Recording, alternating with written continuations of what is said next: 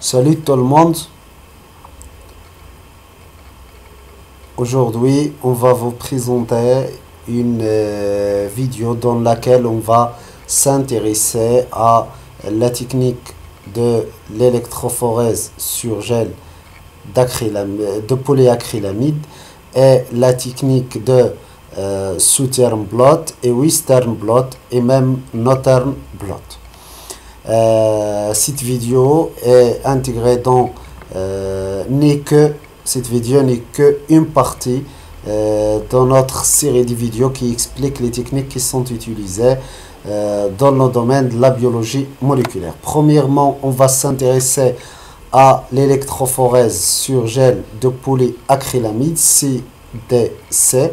On va expliquer le sens de ce mot-là, CDC. Donc, avant de faire une électrophorèse, il faut tout d'abord prélever l'extrait de la matière végétale ou bien animale ou bien des bactéries qui contient les protéines. Comme vous savez, les protéines sont à l'intérieur du cytoplasme et pour prélever ces protéines, on fait la destruction de membrane de la cellule, soit par un choc électrique ou bien un choc thermique ou bien un choc osmotique ou bien en utilisant des ondes. Donc, après le prélèvement de l'échantillon qui contient les protéines, on fait une électrophorèse sur gel de polyacrylamide afin de séparer les différentes protéines qui sont contenues dans cet échantillon végétal ou bien animal ou bien bactérien. Donc, le gel de polyacrylamide, c'est une matrice inerte. C'est comme il joue le rôle de gel d'agarose. Formant beaucoup de liaisons croisées, c'est-à-dire il est constitué de plusieurs molécules qui sont liées par des liaisons croisées. Et ce qui constitue des pores à l'intérieur de gel, à travers ces pores, les molécules vont passer à travers les pôles selon leur poids. C'est-à-dire que les molécules les plus petites vont passer très facilement et les molécules les plus grosses vont être piégées. Il joue le rôle d'un tamis moléculaire, c'est-à-dire c'est une sorte de tamisage des molécules selon leur taille. La taille des pores peut être ajustée suivant la taille des protéines qu'on souhaite visualiser, c'est-à-dire la porosité de gel de polyacrylamide et diffère selon l'échantillon végétal qu'on veut séparer. La porosité est liée à la concentration. Donc,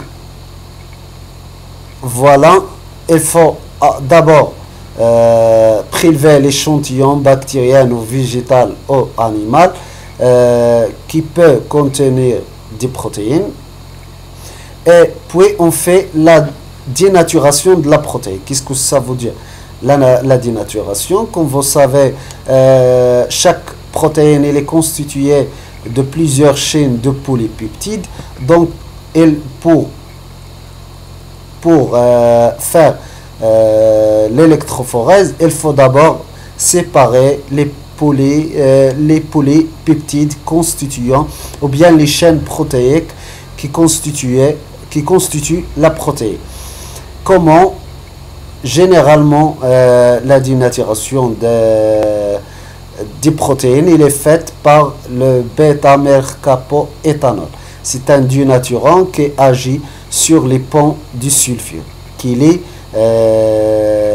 les chaînes protéiques, ou bien qui lie les polypeptides. Donc, avec un tampon de charge et chauffage, on peut faire même la dénaturation des protéines peut être faite par un chauffage. ou bien en utilisant un dénaturant, un agent dénaturant, avec tampon et de charge. Pourquoi un tampon de charge? Pour garder la charge fixe. Donc, puis on fait l'électrophorèse sur gel de polyacrylamide dénaturé. Donc, la tampon de charge contient le glycérol qui augmente la densité de l'échantillon et facilite son dépôt dans les puits de gel. Donc, pour que le gène, pour que le protéine se dépose dans le puits de l'électrophorèse, il faut mettre le glycérol. Le rôle de glycérol, c'est qu'il va augmenter la densité des protéines et elle va faciliter la précipitation ou bien le dépôt des protéines dans les puits de gel.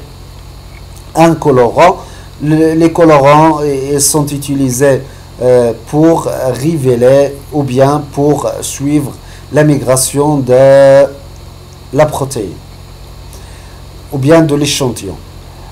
Et il contient surtout, il faut que le tampon contienne les agents réducteurs qui vont détruire les ponts disulfure des protéines. Les ponts disulfure, ce sont des liaisons qui se forment entre deux S, c'est-à-dire le soufre, et ils jouent le rôle, ces liaisons jouent le rôle de la liaison des chaînes polypeptidiques entre eux pour que la protéine va avoir sa structure secondaire ou bien tertiaire ou bien quaternaire. Et même il y a les liaisons ioniques et les liaisons qui sont des ponts de sulfure qui sont des liaisons covalentes, tandis que les liaisons ioniques qui sont très faciles à dénaturer sous l'effet seulement de l'eau. Mais les ponts de sulfure ils sont très difficiles à dénaturer. Pour cela, on ajoute généralement des dénaturants ou bien des agents réducteurs comme le bêta-mercapoéthanol. Un détergent ionique, le CCD, le tampon de charge, contient aussi un détergent ionique, le CDC. Elle va se fixer sur les régions hydrophobes de la protéine. Hydrophobe, c'est-à-dire qui n'aime pas l'eau, la partie qui n'aime pas, les régions qui n'aiment pas l'eau. Hydrophile, c'est le contraire, les régions qui aiment l'eau. Donc, lorsque le CCD se fixe sur les régions hydrophobes, il va augmenter la solubilité de la protéine. Et dans le même temps, le CCD, il va donner aux protéines une charge négative parce que lui-même, le CCD, il est chargé négativement. Donc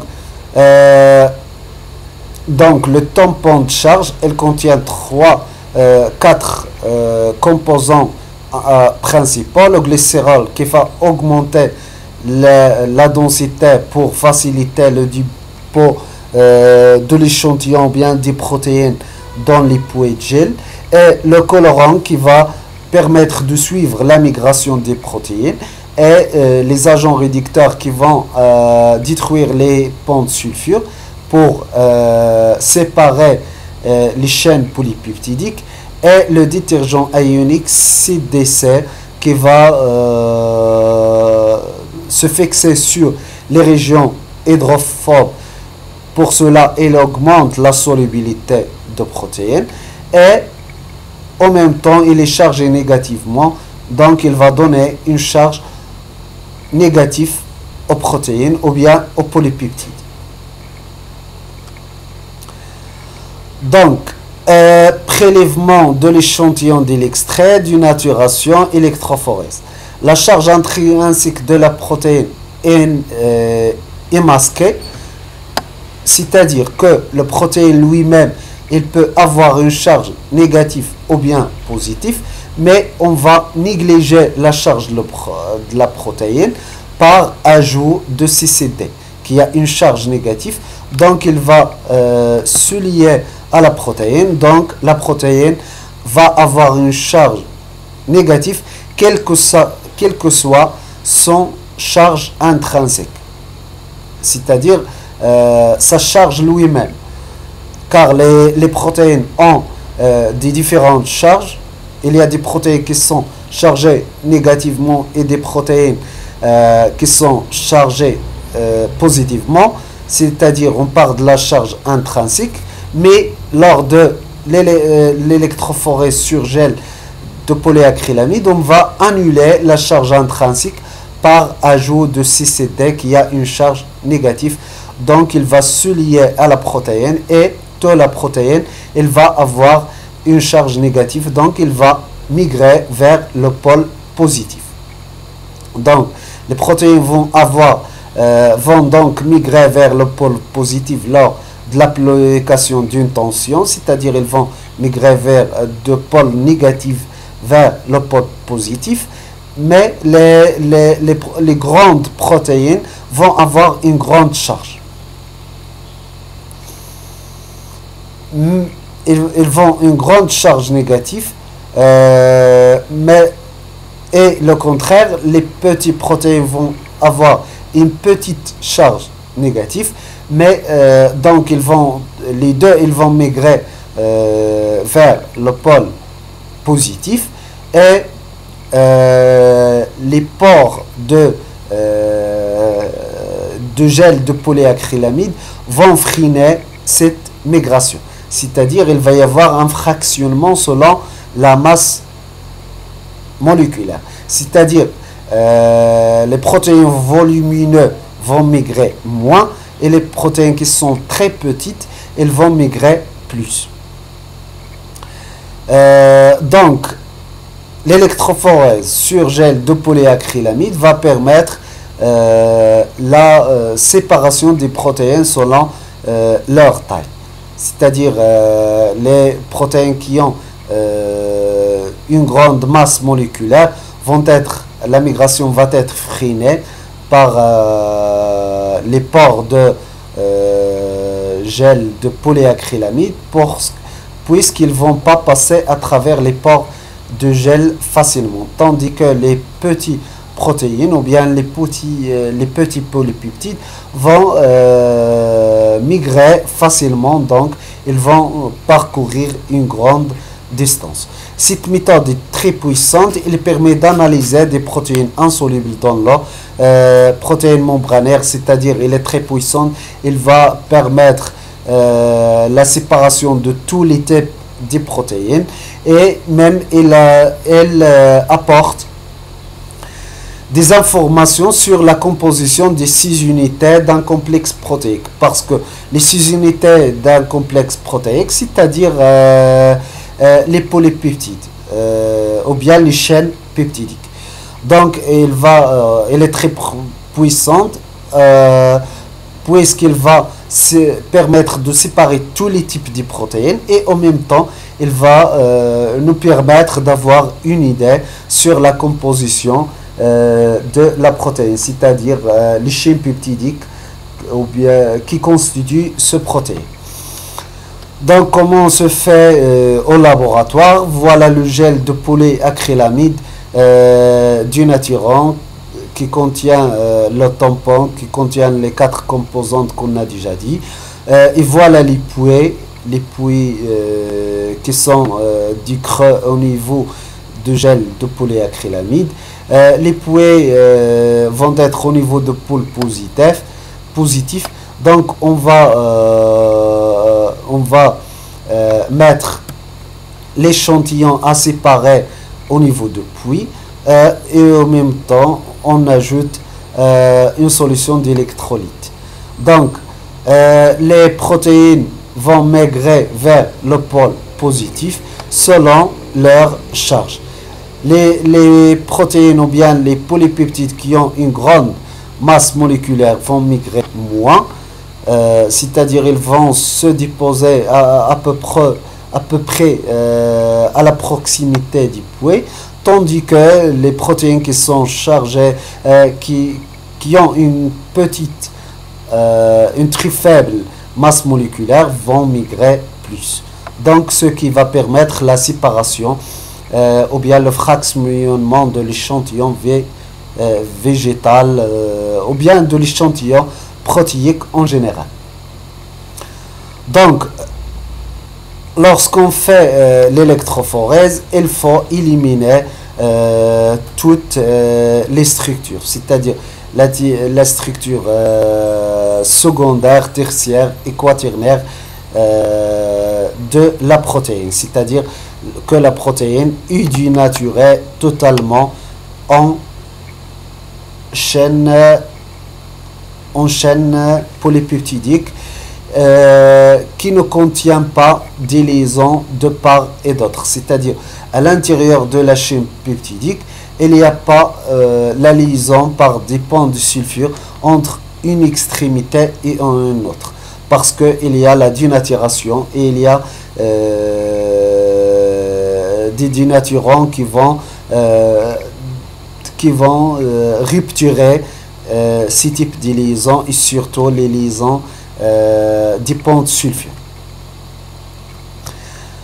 Donc voilà l'électrophorèse. Donc à la fin de l'électrophorèse, on va avoir plusieurs bandes au niveau de profil de l'électrophorèse. Donc après, on va faire la coloration ou transfert sur membrane. On va expliquer à chaque fois, on va expliquer l'utilisation de chaque technique. Donc toutes les protéines fortement exprimées peuvent être détectées par coloration sur gel.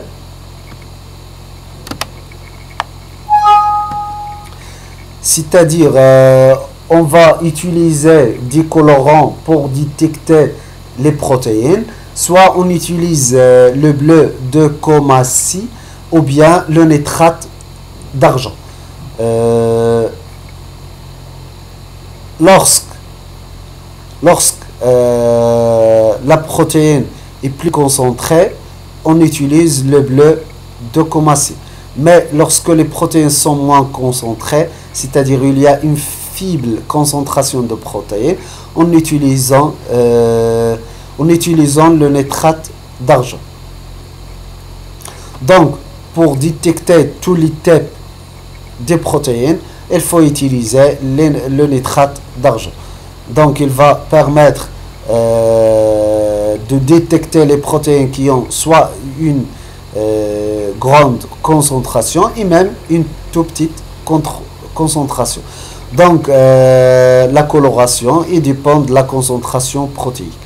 Généralement c'est le bleu de Comassi qui est utilisé, et lorsque la concentration est faible, on utilise le nitrate d'argent.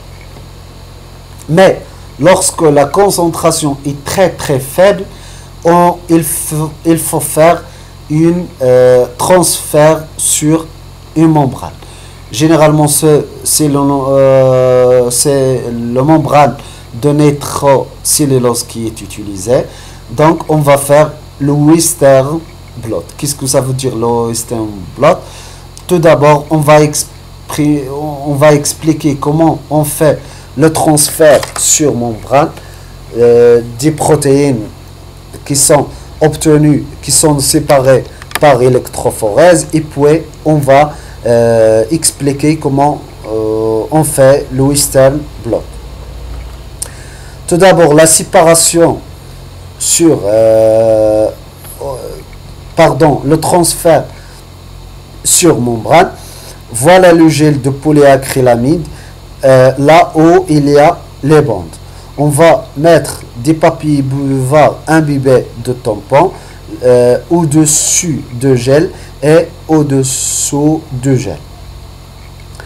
Il y a des protéines ici qui sont séparées par technique de l'électrophorèse, par gel d'acrylamide, de polyacrylamide. On va mettre le gel au milieu et on va mettre des papiers ou bien des membranes et au-dessus du gel on va mettre des papiers voire imbibés de tampons et au-dessous on va mettre un électrode qui est chargé négativement et au-dessous on va mettre un électrode qui est chargé positivement, c'est-à-dire que les protéines vont migrer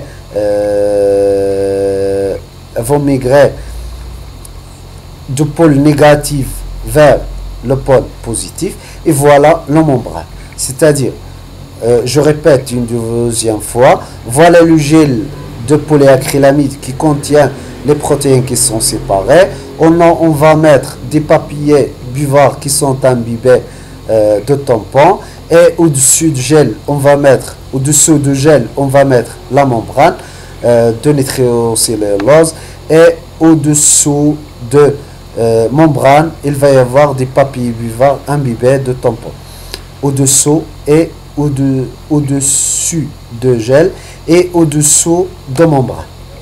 Donc les protéines qui sont contenues ou bien les bandes vont migrer de gel vers la membrane puisque le haut il est chargé négativement et le bas il est chargé positivement.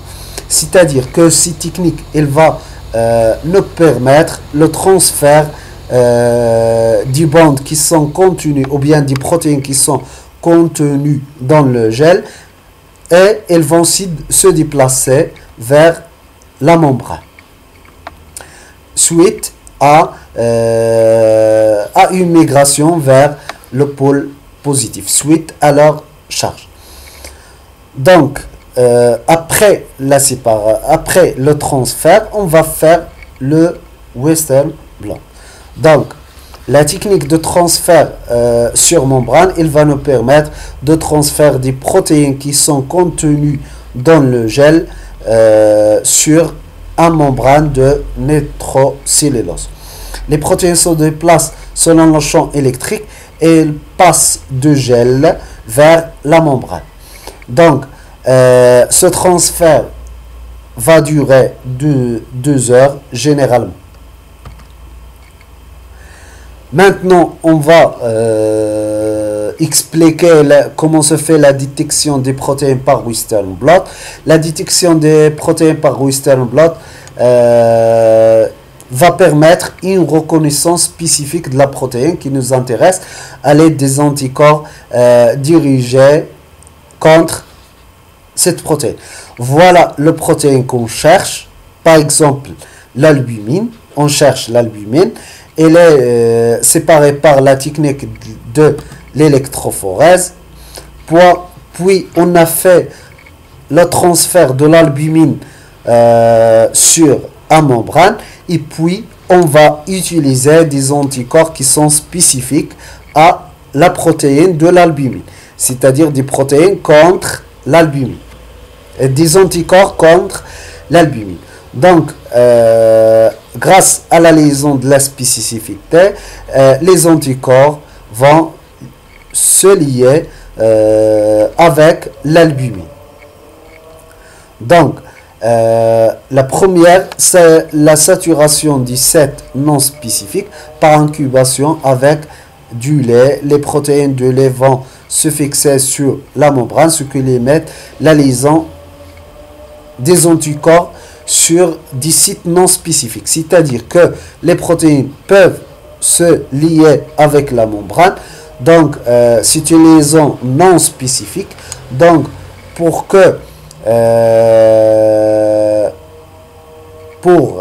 éliminer ces liaisons, on va ajouter du lait à la membrane pour éliminer les liaisons non spécifiques.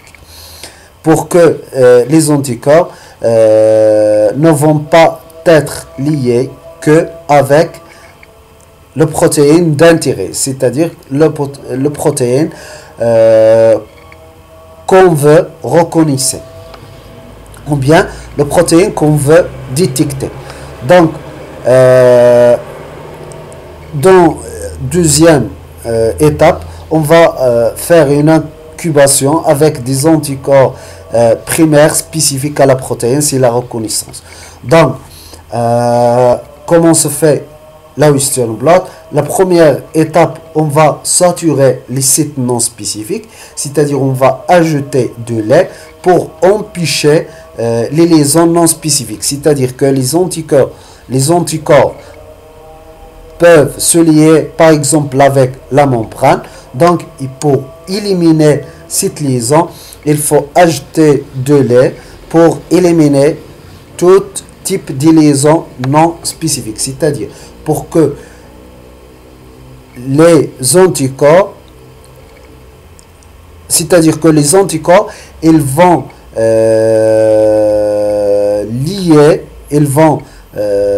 se lier seulement avec la protéine qu'on veut détecter. Donc après, on va ajouter des anticorps et les anticorps ils vont se lier avec la protéine puisqu'il y a une spécificité immunologique. Dans la troisième étape, on va faire le lavage, c'est-à-dire on va éliminer les anticorps qui ne sont pas liés, C2 par exemple.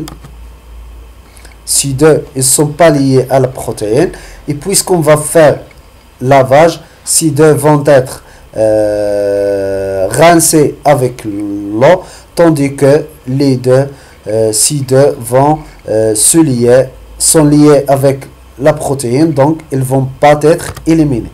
Donc après le lavage, il ne reste que les anticorps qui sont liés avec par exemple l'albumine ou bien la protéine qui a l'intérêt. Et dans la deuxième étape, on va ajouter, dans la quatrième étape, on va ajouter un autre protéine qui est spécifique à l'anticorps qui est lui-même spécifique aux protéines d'intérêt. Donc, comment on va faire la tâche? Par exemple, si cette protéine est l'albumine, on va ajouter des protéines, des anticorps qui sont spécifiques à l'albumine. Par exemple, si ces protéines sont, si ces anticorps sont des anticorps de lapin, on va ajouter des anticorps de lapin. C'est-à-dire que les anticorps secondaires vont se lier avec les anticorps primaires. Donc, il va y avoir la liaison et il y a une caractéristique, les anticorps secondaires portent un enzyme. On va voir quel est le rôle de cette enzyme. Donc, je vais répéter une deuxième fois. Dans la première étape, on va saturer la membrane par ajout de lait. Pourquoi? Pour éviter que les anticorps, pour éviter la liaison entre les anticorps et la membrane.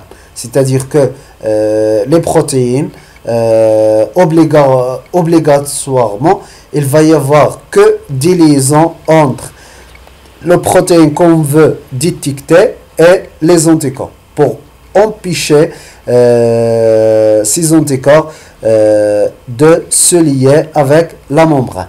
Et dans la deuxième étape, on va incuber, c'est-à-dire on va mettre des anticorps et les anticorps spécifiques aux protéines, ils vont reconnaître, il va y avoir une reconnaissance, donc il va y avoir une liaison avec les anticorps primaires et la protéine. Dans la deuxième étape, on va faire le lavage et donc on va éliminer les anticorps qui ne sont pas liés aux protéines d'intérêt, l'élimination. Il ne reste que des protéines qui sont liées à la protéine, les anticorps qui sont liés à la protéine. Dans la quatrième étape, on va ajouter des anticorps secondaires qui vont reconnaître ou bien ils vont être liés aux protéines primaires. Et puis on va faire aussi un lavage pour éliminer les anticorps secondaires qui ne sont pas liés aux protéines, aux anticorps primaires. Donc, incubation avec des protéines, avec des anticorps secondaires qui reconnaissent l'anticorps primaire.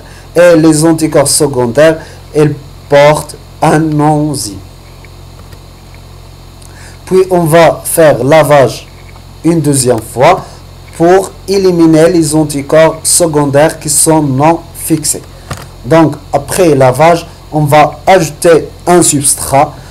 Quel est le rôle de ce substrat? Il y a l'enzyme et l'enzyme va permettre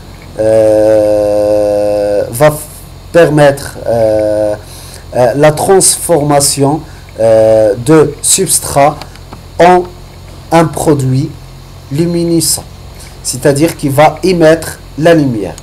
Donc, dans la sixième étape, on va ajouter le substrat qui va être transformé par l'enzyme qui est porté par les anticorps secondaires, et le substrat va être transformé en produit qui émet la lumière, qui va émettre de la lumière.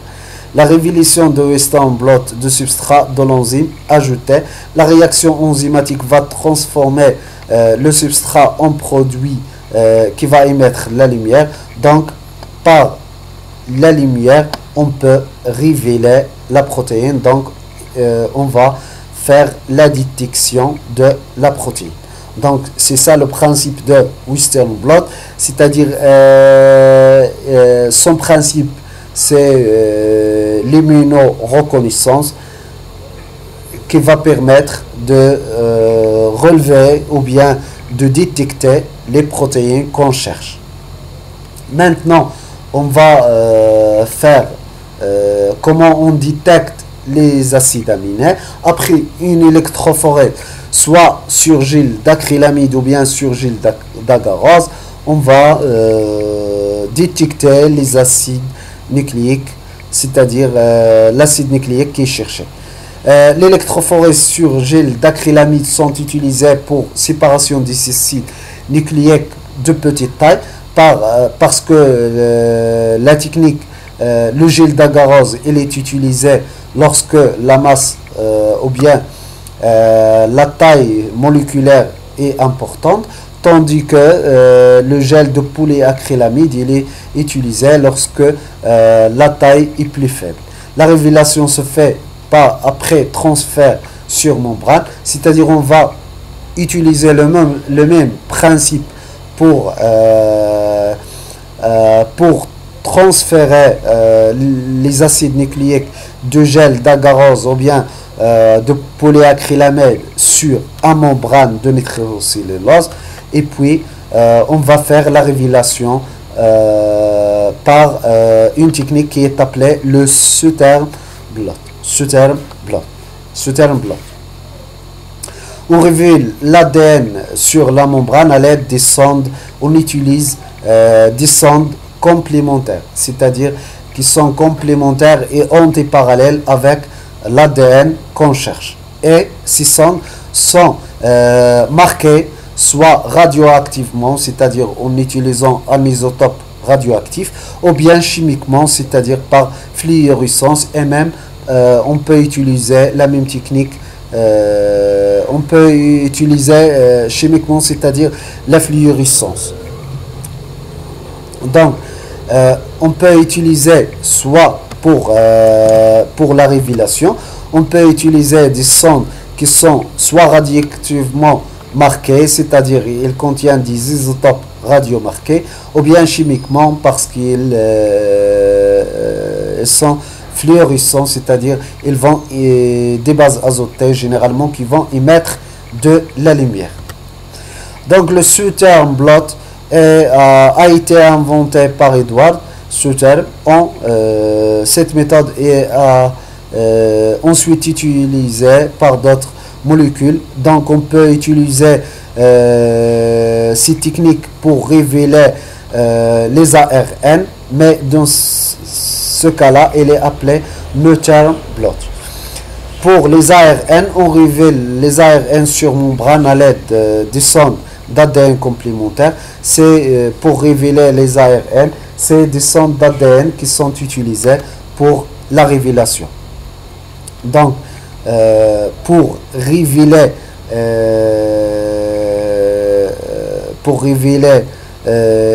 les protéines, on utilise des anticorps. Et pour révéler les ADN ou bien les ARN messagers, c'est-à-dire soit ce terme blot ou bien no term blot, on utilise les sondes d'ADN. Comment on va avoir des sondes? Comment on va avoir des sondes? Voilà l'ADN, il y a l'ADN. Des sondes, notez bien que les sondes, ce sont des fragments de l'ADN qui sont complémentaires et antiparallèles avec l'ADN qu'on cherche. Donc, on va ajouter la sonde à la membrane, puis les fragments qui sont antiparallèles et complémentaires avec l'ADN à révéler, ils vont se lier, tandis que si l'ADN n'est pas complémentaire et n'est pas antiparallèle, il va être lavé par l'eau. Donc, comment on va avoir les sondes? Voilà le fragment d'ADN qui est purifié, et c'est-à-dire qui est séparé par les enzymes de restriction, et qui est purifié par généralement la technique de l'électrophorèse, c'est-à-dire qui est séparé. Puis on va faire une dénaturation. Voilà une dénaturation, c'est-à-dire la séparation des deux brins par l'effet de la température, comme le principe de PCR. Et puis on va ajouter un mélange des oligonucléotides, généralement 6 nucléotides, qui vont s'hybrider avec, ils vont jouer le rôle des amorces, et ils vont s'hybrider avec les brins de l'ADN, de fragments de l'ADN. Puis on va faire le PCR. Pour les personnes qui ne savent pas qu'est-ce que ça veut dire PCR, il y a dans notre chaîne une vidéo qui traite comment on fait PCR avec l'ADN polymérase, qui va élonger les fragments des oligonucléotides, c'est-à-dire il va faire la réplication, c'est le même principe de réplication, en respectant l'antiparallélisme et la complémentarité. Et dans le milieu, on va mettre des nucléotides qui sont radioactifs ou bien fluorescents, donc ils vont être intégrés au niveau de l'ADN. Donc on va avoir un ADN qui est marqué ou bien fluorescent. Donc en présence des nucléotides marqués, soit radioactivement, soit chimiquement, détection avec un anticorps spécifique à un groupement du groupement chimique ou bien fluorescent. Obtention des ADN marqués complémentaires des zones, de différentes zones de deux brins de l'ADN considéré, c'est-à-dire après l'élongation, on va voir des fragments d'ADN qui peuvent se lier avec cet ADN, donc ils vont être utilisés pour la détection. Et voilà comment on fait, et voilà la partie 3 de notre série de vidéos qui traite les techniques utilisées dans le domaine de la biologie moléculaire. Dans la vidéo suivante, on va expliquer la technique de l'électrophorèse. Et merci pour votre attention et jusqu'à une autre vidéo.